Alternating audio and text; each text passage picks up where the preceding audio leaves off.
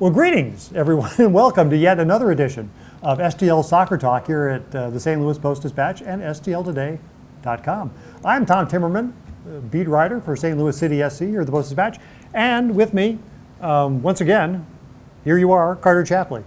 Partner in soccer. Partner in soccer. Do we have a title for you other than partner in soccer? We need to work on that. Partner in soccer. Partner in we'll soccer. Move forward Partner with. in soccer, yeah. Carter Chapley. Well, coming this week after a definitive 4-0 victory for St. Louis City SC over the hated Sporting KC. Hated is a good word to put it. From across the state and then a little bit more to get into parts of Kansas on this team. And if there are wins that will probably make the fan base feel good, this was one of them, and it also made the team feel good because they hadn't been winning a lot lately. No, it's one of those games where it's, if Michigan loses every game all year, but they beat Ohio State, it feels like a good year. If you lose every game all season, you probably don't feel as good, but when you beat Kansas City, it feels pretty good. And it was interesting to hear a guy like Indiana Vassilev after the game say, well, the fans told us these are our rivals, so we took it as such, and we don't like them very much because of that. So for a team that has only played exactly one time against each other, they managed to promote a pretty good rivalry game there in their debut derby. I don't know what they officially. We're still working on the title. On the official committees are at work. The official name. Well, they made it an exciting one regardless. Yeah, and I think actually the people, especially on the Kansas City end, have tried to really foment the rivalry, and you saw more caustic things said from across state than you've seen from the St. Louis camp. But Kansas City has always wanted a rival. Kansas City has wanted a team in the league just for this purpose, and so they want a rival, and darn it, they're going to have one, and they're going to make the most of it. They're going to be rivals, and they're going to inflame things, and if it gets carried away, I think they're like, this is better than anything we had before.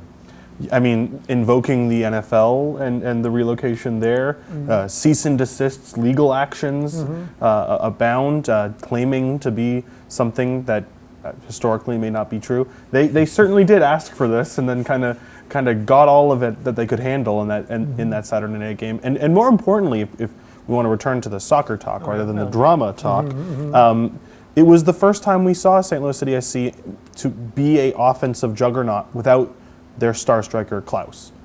They did, but it showed what they need to do, which is they need to score goals early in the game. They need to score before the other team, and once they do that, they can dictate the play, and the other team has to come at them, and that's what they like to see. So it's not a team, when teams drop back and say, give us what you got, that's a tough spot for City to be in. But when City can take that lead and then get the opportunities they want on their press and go the other way and counter, that's when they're at their best. And we've seen, if you just have to look at the numbers and see, when they score early, they score a lot.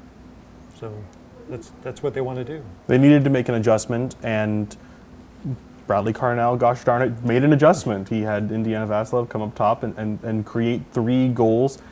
Is that the key for the rest of the season? Is just as simple as a solution as that? Is just unlocking your American Premier League star, building an offense, and then having all of a sudden you place your Brazilian star up top, and all of a sudden, hey, look at that, we're back to that 5-0 winning way, or could it be a little bit more complicated than that? It's more complicated than that because everything's more complicated sure. as we go through life. But it shows you the value. This is made possible by Jabulo Blom being able to be in that 6th spot, and then you can have Leuven and Blom back there, and that frees Vassilev to be in a position he's played really most of his career rather than in the back like he has been. So that is a big step for them, and it shows what they can do because they are down Klaus, also down Rasmus Alm, which is a significant loss, and he's again out.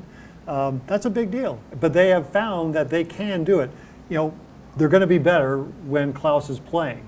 Still not clear that he's going to play this week either, but they're taking steps, and they've got some flexibility there, but we don't know that all these guys have the consistency. You have to see if Vassilev can do this over a period of time.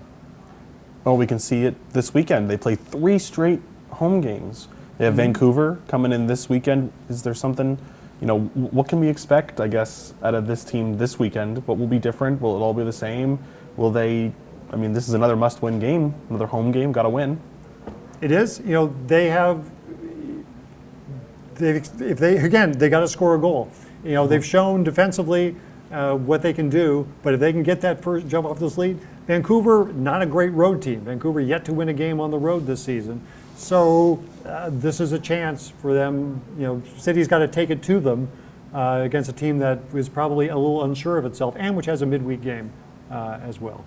So on that note, we have a full podcast where we talk about this for really much longer, with all sorts of other interesting stories and anecdotes. And subscribe to the Post-Dispatch.